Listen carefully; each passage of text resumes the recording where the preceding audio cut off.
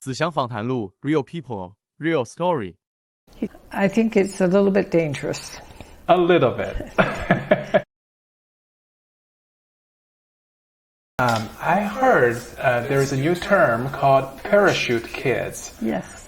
And prior to the pandemic, according to some statistics I found online, in 2006, there was only about very few, like 10 or so Chinese kids coming to America attending K-12 schools, like middle school, high school.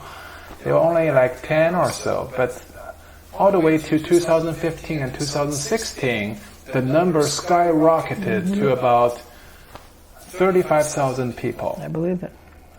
And many of them, basically, they come here by themselves, and their parents are still in China, and they have decided that their kids should go to America to receive a less strict, maybe a more creative education, and hopefully in the future getting a better job, and ideally in the States. How do you feel about that? I think it's a little bit dangerous. A little bit. I think I went to boarding school when I was 6 and 7. Boarding school means that you stay inside of that school for a long time without going home. Right. So in the same way that they're separated from their parents, I was separated. Right. I think when possible, children need their parents more than anything.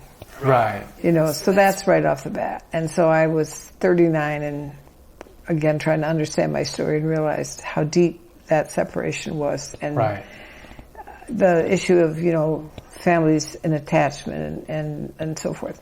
Right. But I also know that, you know, people want their kids to learn English. The problem is, I was at one school where there were 15 Chinese kids. And I realized these kids came on the same kind of visa that a college student comes on. Right. So there was no oversight by my government for their age, how they were going to be taken care of. This community had received them, but they were all living with families, which would be nice. Right. But who was vetting the families? Who was checking them out beforehand to know? And then some of the families, they really didn't know how to do cross-culture. They didn't understand the student who came. So then the student was sent to another place. And I felt kind of sorry for the students because I thought they've come here, they don't know English, so they're all alone. Right. They don't have their parents, and they're just with a family that speaks English. Now, they will learn to speak English, and I'm sure many of them will survive at some level. But there's some other situations where they go to boarding schools, and who knows how that is. Or maybe they go to their relatives, which is good, but then they may not learn the English. So if there's a way to help the kid learn English where they are. I also know that, you know, because maybe it's not so easy to get into the universities there, or the parents want them to be in a certain one.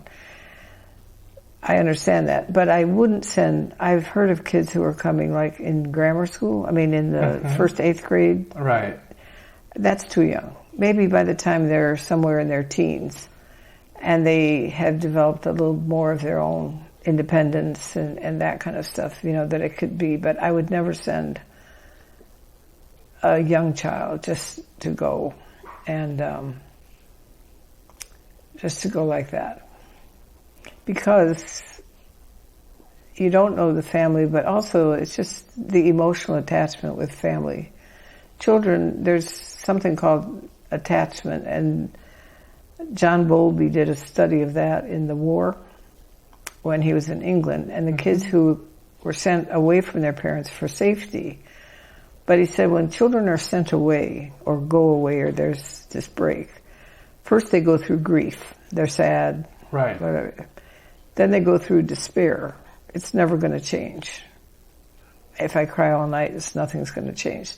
So the only way they can survive is to internally cut. And I know that I did that in boarding school.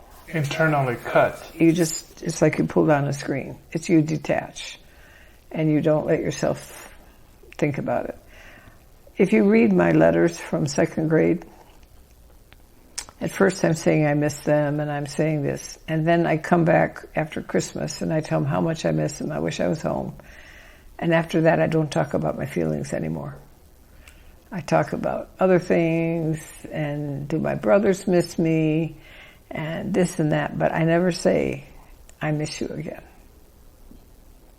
Because I couldn't live emotionally with that much pain.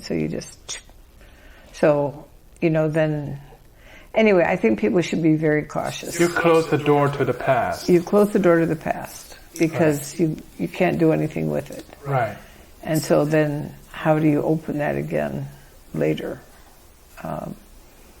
Because it could be hard because you don't want to get hurt again.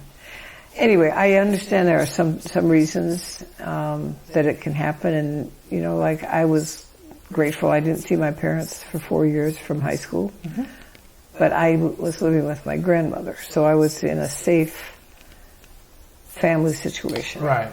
And so that was my salvation. That I was supposed to go to boarding school. I don't know what would have happened to me if I had, because I think I really needed that home environment that my grandmother and my aunt gave me, where my friends could come and visit, and I wasn't in an institutional setting. So for whatever reason, the best option of the ones that are there. So I've certainly not saying people can't do it, but if they do it, making sure they know where their children are going, or if the parent can at least bring them and see where they are, before they send them back, so that they know where they are, that they're safe, and the child has a good way to connect with the parents, so that if something happens, they can let the parent know.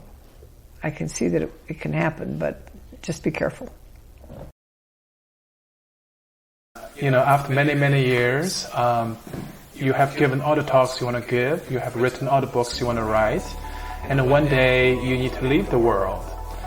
What would be the 3 most important lessons you would want to leave this world with, to give to the future generations of TCKs that you think would be most beneficial to them?